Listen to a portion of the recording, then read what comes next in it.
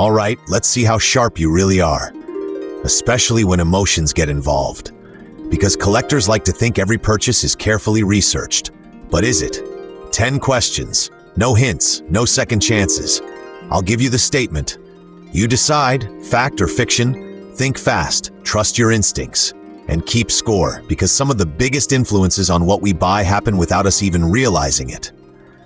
Ready? Let's test your knowledge of emotional buying.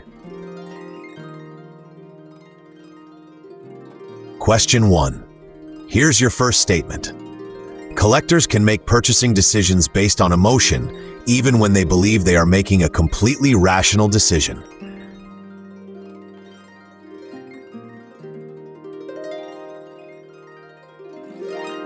The answer is fact. Buying decisions are rarely based on information alone. A collector may compare prices, examine condition, research rarity, study previous sales, and convince themselves that a purchase is completely logical. But emotions can still influence the final decision. Excitement, nostalgia, fear of missing out, attachment to a particular item, competition with another bidder, or simply the satisfaction of completing a collection can all influence how valuable an item feels. That doesn't mean research is useless.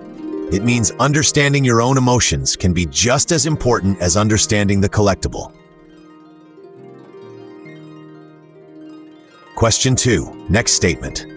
Nostalgia can make a collectible feel more valuable to one person than it does to another.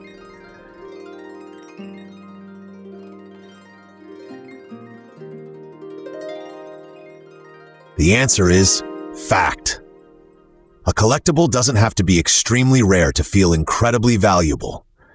Imagine finding the exact toy you owned as a child, a comic book you remember buying with your first allowance, a trading card featuring your childhood hero, or an object connected to a place, event, game, or period of your life. That emotional connection can increase your personal willingness to pay. Another collector looking at exactly the same item may feel absolutely nothing. And that reveals an important distinction. Market value and personal value are not always the same thing. Question 3. Let's continue. Experienced collectors are generally immune to emotional buying because experience teaches them to value collectibles objectively.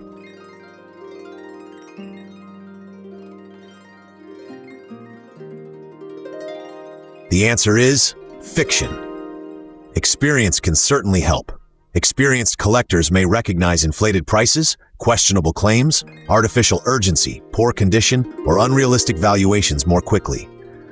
But experience does not eliminate emotion. In fact, highly experienced collectors can sometimes develop extremely strong preferences because they understand exactly what they want. They may have spent years searching for one particular variation, edition, condition, signature, provenance, or missing piece. So when that item finally appears, emotion can become extremely powerful. Knowledge can improve your decisions, but knowledge doesn't make you emotionless. Question 4. Pay attention to this one. Simply telling buyers that a collectible is scarce can increase their desire to own it, even before they independently verify how rare it actually is.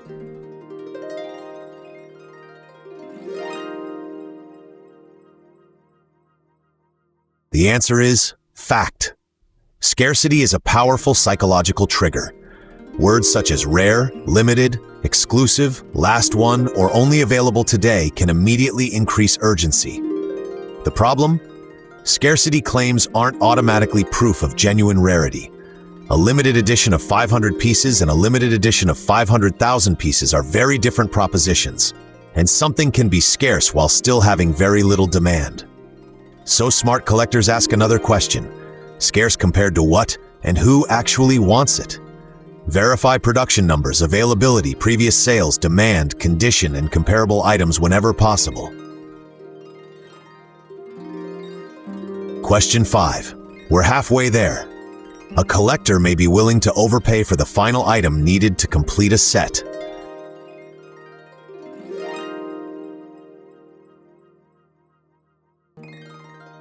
The answer is fact. This is where collecting psychology gets fascinating. Imagine owning 99 items from a 100-item collection. Then number 100 appears. Suddenly, you're not simply evaluating one collectible. You're thinking about completing the entire set. That missing item can feel disproportionately important because obtaining it transforms an incomplete collection into a complete one. The danger is obvious. A collector may begin asking, "What do I need to pay to get this?" instead of, "What is this actually worth to me?" Sometimes paying a premium may be a deliberate choice. But the important thing is recognizing when completion pressure is influencing the decision. Question 6. Let's raise the difficulty. During an auction, competition with another bidder can cause someone to spend more than they originally planned.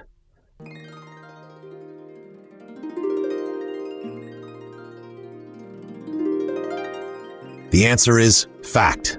You plan to spend $200. Someone bids $210. You go to $220. They bid $230. Suddenly, something changes. You may stop thinking only about the collectible and start thinking about winning. That psychological shift can be expensive. Competitive arousal, time pressure, and the fear of losing an item can push bidders beyond their original limits. One useful strategy is deciding your absolute maximum price before bidding starts. Then treat that number as a rule, not the beginning of a negotiation with yourself. Question 7. This one catches people off guard. If two collectibles appear almost identical, buyers will always prefer the cheaper one because price is ultimately the most important factor.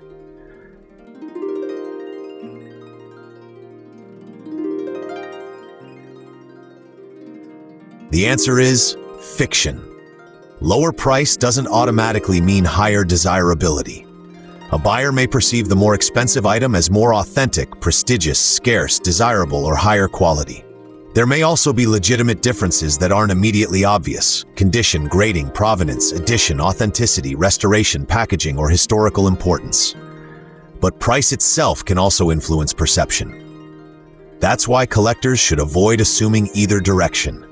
Expensive doesn't automatically mean better, and cheap doesn't automatically mean a bargain. Understand why the prices are different.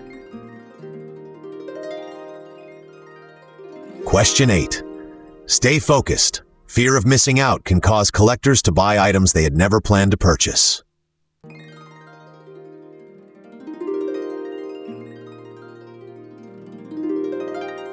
The answer is fact. You weren't looking for it. You didn't need it. It wasn't even on your collecting list. Then suddenly you see only 2 left, or auction ends in 5 minutes, or limited release, never returning. Suddenly, doing nothing feels like losing an opportunity. That's the power of FOMO, fear of missing out. Limited releases, countdown timers, competitive auctions, social media hype, and seeing other collectors buying an item can all create a sense of urgency. And that urgency can turn something you had absolutely no intention of buying into something that suddenly feels essential. Here's a useful question to ask yourself before buying. Would I still want this collectible if I knew it would still be available next week? If the answer is no, you may be reacting more to the fear of losing the opportunity than to the collectible itself. Question 9. Almost there. Collectors can sometimes value items they already own more highly simply because those items belong to them.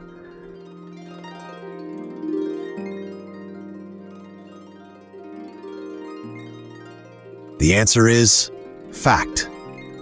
This relates to a psychological phenomenon commonly known as the endowment effect.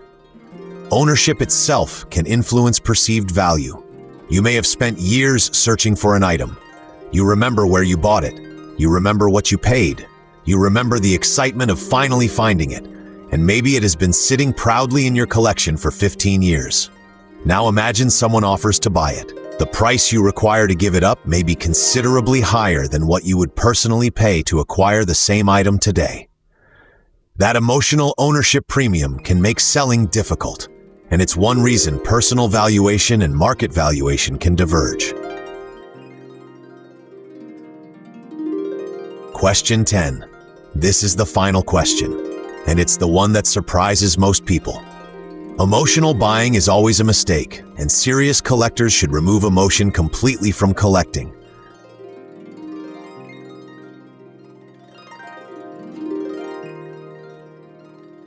The answer is fiction. Because emotion is actually one of the biggest reasons people collect. Think about it. People collect because objects can represent nostalgia, history, achievement, identity, passion, discovery, personal memories, and sometimes simply the excitement of finally owning something they have wanted for years. So the problem isn't emotion itself. The problem is allowing emotion to completely override judgment. A collector might knowingly pay slightly more for the final item needed to complete a collection they have spent 20 years building. That could be completely worthwhile to them. But spending far beyond your budget because you're caught in an auction battle? Buying something you never wanted because a countdown timer says there are only 2 left? Or paying an enormous premium because everyone on social media suddenly wants the same collectible? That's different.